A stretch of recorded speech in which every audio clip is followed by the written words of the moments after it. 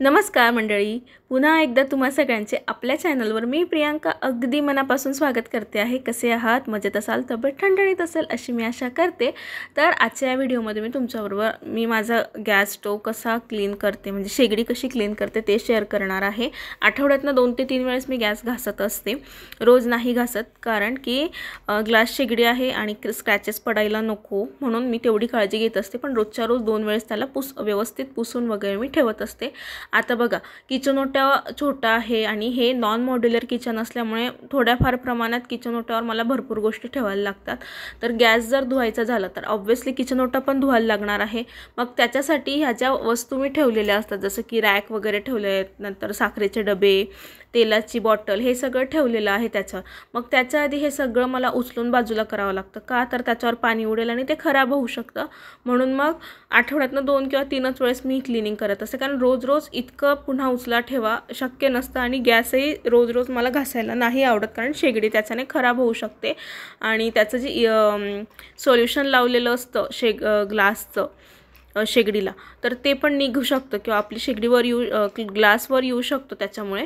म्हणून मी शक्यतोवर टाळत असते की जेणेकरून गॅस फक्त आठवड्यातून 2 किंवा 3 वेळेस घासला जाईल, किंवा एखाद्या दिवशी खूपच जास्त तेल सांडलं गेलं वगैरे, निघतच नाही आहे ते, तर तेव्हा ते घासणं योग्य असतं। सगळं सामान उचलून झाल्यानंतर मी या ठिकाणी शेगड्या सगळ्या ज्या आहेत वरच्या त्या काढून घेतलेल्या आहेत। आणि सगळ्यात आधी कधीही गॅस धुवायचा असेल, सकाळी म्हणा रात्री म्हणा, तर रेग्युलेटर बंद करायचं। कधीही गॅसचं रेग्युलेटर बंद करूनच गॅस धुवायचा असतो। आता ते गरजेचं आहे नाही आहे मला माहीत नाही, पण सेफ्टी म्हणून मी नेहमी गॅस घासायचा झाला की आधी रेग्युलेटर बंद करून घेत असते। आणि मग आता त्या ज्या शेगड्या आहेत त्या तर वरच्यावर घासल्याच जातात, त्या काही गॅस घासल्या जातील तेव्हा नाही। जर दूध वगैरे उतू गेलं किंवा मग कुकरची शिट्टीतलं पाणी बाहेर आलं तर ते घासाव्याच लागतात। त्या ज्या वरच्या शेगड्या स्टँड असतं ना, ते आता त्याला काय म्हणता माहीत नाही, मी शेगडीच म्हणते आहे त्याच्यामुळे। आणि गॅस घासण्यासाठी 2 प्रकारच्या घासण्या मी वापरते। आता बघा, त्या ताटल्या आहेत ना स्टीलच्या, तर त्याला अशी थोडीशी जास्त तारांवाली घासणी लागते। एकदमच तारेची घासणी मी गॅसला लावत नाही, पण जी काळी येते ना, स्क्रबर येतं ते मोठं, तर ते त्याच्याने घासते, कारण भरपूर तेलाचे थर जे असतात ते त्याच्यानेच निघू शकतात असं मला वाटतं। म्हणून मी शक्यतोवर त्याच्याने थोडंसं जोर लावून घासते। आणि बाकीचं जे आहे काच वगैरे, तर तो मी ही जी हिरवी घासणी आहे, म्हणजे त्याचे कमी स्क्रॅचेस पडू शकता, तर त्याच्याने घासत असते। कारण काय, जास्त शेगडीच्या याला स्क्रॅचेस पडले ना तर मग चांगलं पण नाही दिसत आणि मग ती भुरकट पडायला लागते। त्याच्यामुळेच काळजीपूर्वक जर आपण ही शेगडी क्लीन केली ना तर बरं पडत असतं। म्हणून मी 2 प्रकारच्या घासण्या घेऊनच जो किचन ओटा किंवा गॅस म्हणा तो क्लीन करते। शक्यतोवर जास्तीत जास्त मी ती काळीच घासणी वापरत असते। आणि जर काचेची वस्तू वगैरे असेल तर त्याच्यासाठी जी कमी स्क्रबरवाली आहे, कमी तारांवाली आहे लाईट, तर ती घासणी वापरायचा प्रयत्न करत असते।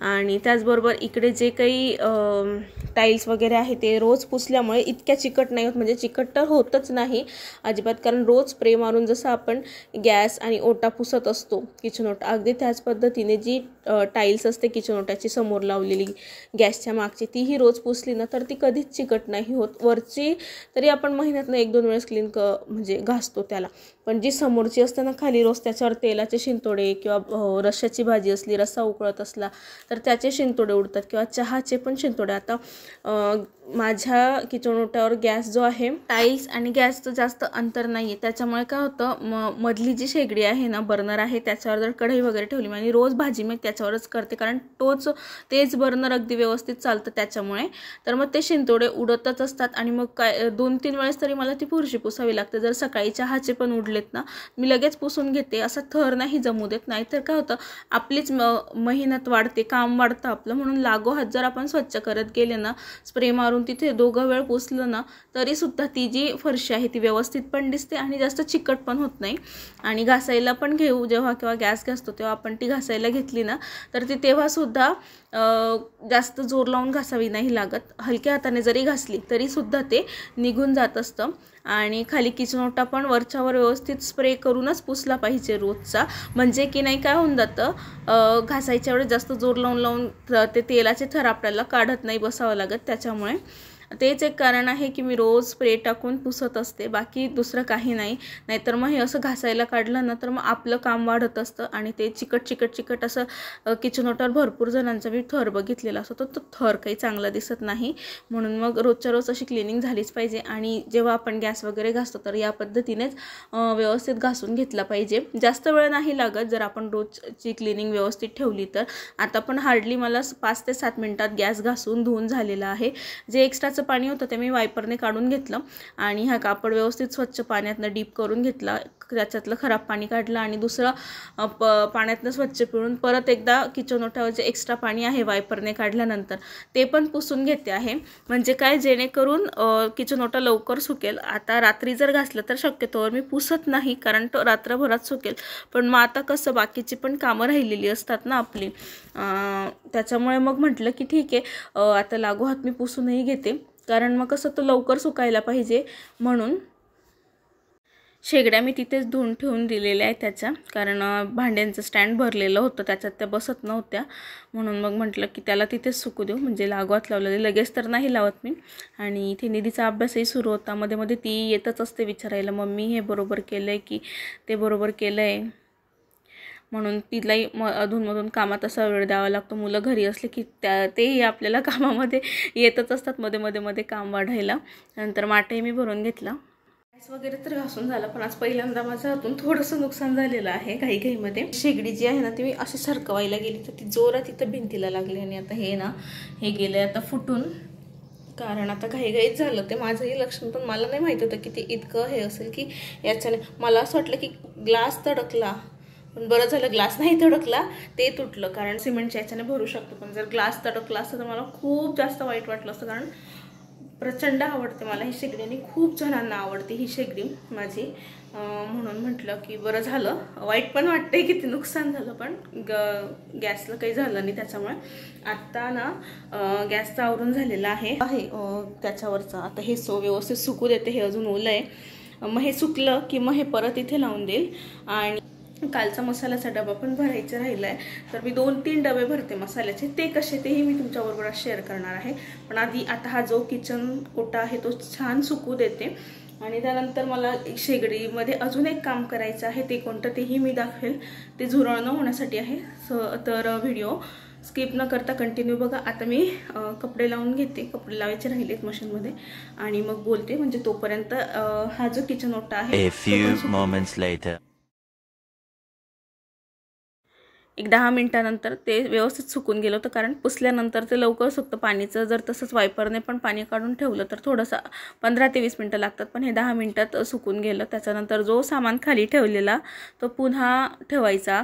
हे एक काम डबलचं वाढलेलं असतं, म्हणजे तो आधी खाली काढा, त्याच्यानंतर ते धुवा, मग परत ते सुकल्यानंतर पुन्हा तो सगळा सामान ठेवा. हे परत 1-2-4 दिवसांनी आठवड्यातनं होतच असतं, पण ठीक आहे, त्याच्यामुळे क्लिनिंग होत असते आणि झुरळ पण जमत नाही, किंवा त्याच्या खाली जी घाण साचलेली असेल किचन ओटा पुसताना तर ती पण क्लीन होऊन जाते. ते सगळं ठेवून झाल्यानंतर आता कालच मी मसाल्याचा डबा क्लीन केला, तो कसा मी भरते आहे ती तुम्हाला दाखवते. पण त्याच्या आधी हा हाऊस म्हणून मी ते ट्रान्सपरंट ग्लासचा घेतलेला होता, पण आता त्याला स्क्रॅचेस पडायला लागलेले आहेत घासून. बघूया नंतर कधीतरी बदलेल.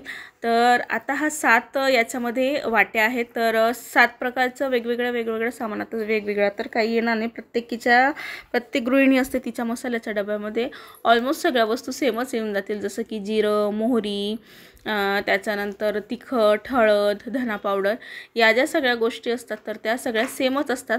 आता हा 7 वाट्यांचा डबा आहे. माझ्या आईकडे 6 वाट्यांचा आहे आणि थोडा छोटा आहे, तर मला असं वाटतं मीडियम साईजचा असल्यामुळे याच्या 7 वाट्या आलेल्या आहेत आणि तो आईकडचा जास्त छोटा असेल म्हणून त्याच्यात 6 वाट्या आल्या आहेत. तर ही मोहरी व्यवस्थित भरली तरीही ती सांडतेच आणि ती बारीक आहे. मला ॲक्च्युली जाड मोहरी आवडते, कारण ती थोडीशीच टाकावी लागते आणि उठूनही दिसते. ही बारीक मोहरी दिसतही नाही लवकर आणि जास्त टाकावी लागते.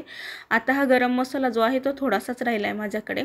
उन्हाळा सुरू झाला आहे, तर आता वाळवणाचं सामान तर बनवतातच, पण त्याचबरोबर प्रत्येकीच्या घरी गरम मसाला बनत असतो, तर मीही बनवणार आहे. त्याचीही रेसिपी तुमच्याबरोबर नक्की शेअर करेल. तो आईच्या हाताचा बनवते, म्हणजे आई जो बनवते तोच मी वापरते, तर तीसुद्धा रेसिपी तुमच्याबरोबर शेअर करेल. त्याच्यानंतर हा कांदा लसूण मसाला आहे, तर हा घरी बनवलेला नाही, हा विकतचा आणलेला असतो.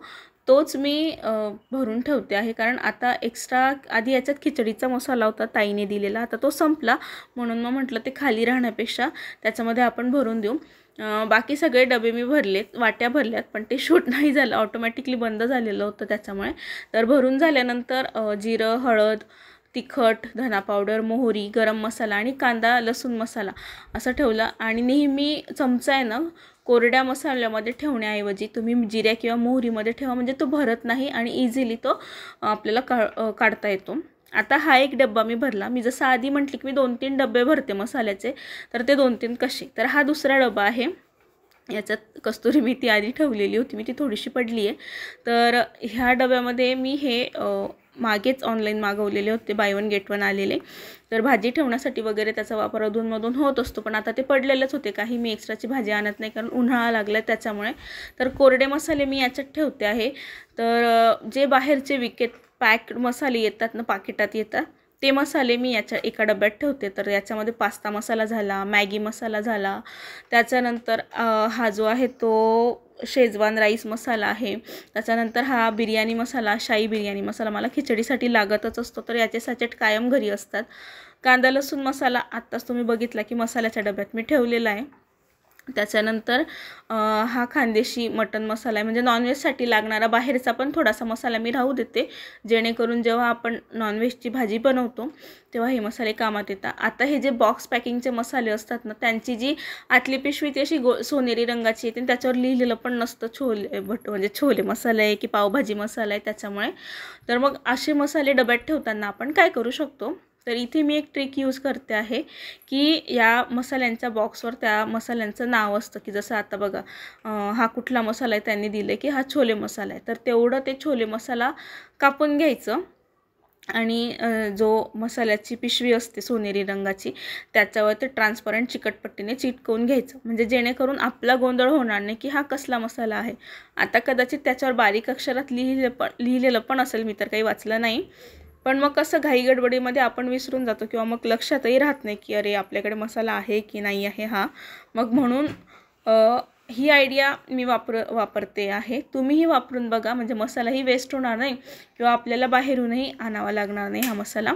त्याच्यामुळे व्यवस्थित त्याला असं उलटं करून ठेवायचं, म्हणजे आपल्याला कळेल की हे मसाले आहेत आणि आता आपल्याला लागणार असेल तेव्हा आपण लगेच वापरू शकू। त्याच्यानंतर ही थोडीशी कस्तुरी मेथी आहे, ती सुद्धा मी यातच ठेवत असते। पॅकेट आता संपलं कस्तुरी मेथीचं, पण आणेल तेव्हा मी यातच ठेवेल, छोटं पॅकेट घेऊन येते मी। आणि हा एक डब्बा माझा तयार झाला सगळ्या पॅक्ड मसाल्यांचा। त्याच्यानंतर अजून एक डब्बा आहे, तर त्याच्यामध्ये जे काही आपले सगळे गरम मसाले असतात ना, जसं की तेजपत्ता झालं, दगडी फूल वगैरे झालं, काळी मिरी, लवंग, त्याच्यानंतर दालचिनी, जे काही लागतात आपल्याला चांगले पदार्थ बनवण्यासाठी, जसं की चिकन मसाला म्हणा, कालच मी छोले बनवले होते त्याच्यासाठी हे गरम मसाले लागतच असतात, तर ते असे भरून ठेवले। तर तेही चांगले, म्हणजे पॅकिंग डब्यामध्ये ठेवण्यापेक्षा आपण असे मोकळे करून ठेवले ना, तर ते डोळ्यासमोर पण राहील। आणि एका वेळेस 4 प्रकारचे मसाले एका डब्यात ठेवले तर काय होतं की आपल्या लक्षात येतं की अरे हो हा मसाला पण आपल्याकडे आहे, तो मसाला पण म्हणजे हा खडा मसाला आहे, तो खडा मसाला आपल्याकडे आहे, असं आपल्या लक्षात राहतं। तर इथे माझ्याकडे लवंग आणि दालचिनी मी नाशिकला घेतलेली होती डीमार्टमध्ये जाऊन, ती जशीची तशी पॅक्ड होती, मग तीही मी याच्यात टाकली। त्याच्यानंतर तेजपत्ता संपण्यात आलेला आहे, भरपूर आणला होता तेजपत्ता, मला 2 वर्ष पुरला डीमार्टचा, तर तोही संपण्यात आला। दालचिनी थोडीच आहे, वेलदोडे भरपूर होते, वेलदोडे महाग असल्यामुळे मी जास्त घेत नाही। तर हा तिसरा डबा असा पॅक झालेला आहे मसाल्याचा। तर मसाल्याचे डबेही भरून झाले। जसं की मी आधी म्हटले होते की गॅससाठी अजून एक गोष्ट राहिली आहे शेगडीसाठी, तर मी तुम्हाला दाखवते की समजा तुमच्या गॅसमध्ये खाली पाईपांमध्ये जर झुरळत असतील, दाखवते मी। हे बघा, हे जे पाईप्स असतात ना, या पाईपामध्ये जर तुमच्या गॅसमध्ये झुरळ झालेले असतील, म्हणजे माझ्याही गॅसच्या पाईपामध्ये झुरळ झालेले होते, ही जी पट्टी आहे ना, या पट्टीतही झुरळ गेले होते, पूर्ण झुरळांनी घेरलेलं होतं माझ्या गॅसला जेव्हा मी नाशिकला होते तेव्हा। मग मी आली आणि या प्रत्येक कॉर्नरमध्ये जो हीटचा पूर्ण गॅसमध्ये रात्रभर मारून ठेवला होता, 1-2-3 दिवस कंटिन्यू मारला रात्री असंच गॅस धुतल्यानंतर, आणि तेव्हापासून झुरळ येत नाही। आता पण सध्या तरी येत नाही, धुतल्यानंतर 2-4 वेळेस मी बघितलं तर कुठेच झुरळ दिसत नाही। पार याच्यातही सगळे झुरळ यायचे, याच्यातनं वगैरे इतकं किळस असलेलं मग ह्या फिल्टरमध्ये जे मागे तुम्हाला फिल्टर दिसतं ना त्याच्यात सुद्धा झुरळ होते, पण ते एकमेव स्प्रेमुळे झुरळ गेलेले आहेत. तर तुम्ही हा प्रयोगसुद्धा करू शकता. आता अजूनही त्यात पाणी आहे त्याच्यामुळे मी स्प्रे नाही मारत आहे त्याच्यामध्ये. जर वाटला आता म्हणजे मला तरी वाटतं इथे आल्यापासून मी 2 किंवा 3च वेळेस त्याच्यामध्ये स्प्रे मारला आहे. त्याच्यानंतर मी स्प्रे मारलेला नाही, कारण झुरळ येतच नाही तर उगाच तो स्प्रे वेस्ट करून किंवा मग त्याच्या थोड्या वेळानंतर आपल्यालाच कसं तरी व्हायला लागतं, मळमळ होते, म्हणजे डोकं बधीर होतं त्या वासाने. म्हणून मग मी म्हटलं की नको आता मारायला, जेव्हा गरज असेल मी तेव्हाच मारते. तर गॅसच्या प्रॉब्लेममध्ये म्हणजे शेगडीमध्ये जर झुरळ होत असतील, फक्त माझ्याच नाही भरपूर जणींच्या हा प्रॉब्लेम मी वाचलेला होता सोशल मीडियाला, म्हणून म्हटलं की शेअर करावं तुमच्याबरोबर. तर ही एक ट्रिक तुम्ही नक्की फॉलो करून बघा. आणि मसाल्याचे डबे मी या पद्धतीने ठेवलेले आहेत, इझी पडतं आपल्याला मसाले सापडायला. तर बस आजच्या व्हिडिओमध्ये एवढंच. आशा करते तुम्हाला व्हिडिओ आवडला असेल. जर व्हिडिओ आवडला असेल तर लाईक करा, जास्तीत जास्त मैत्रिणींबरोबर शेअर करा, त्यांच्यासाठी महत्त्वपूर्ण ठरू शकतो. आणि कमेंट करा. भेटूया एका नवीन महत्त्वपूर्ण व्हिडिओमध्ये. तोपर्यंत काळजी घ्या मैत्रिणींनो. बाय.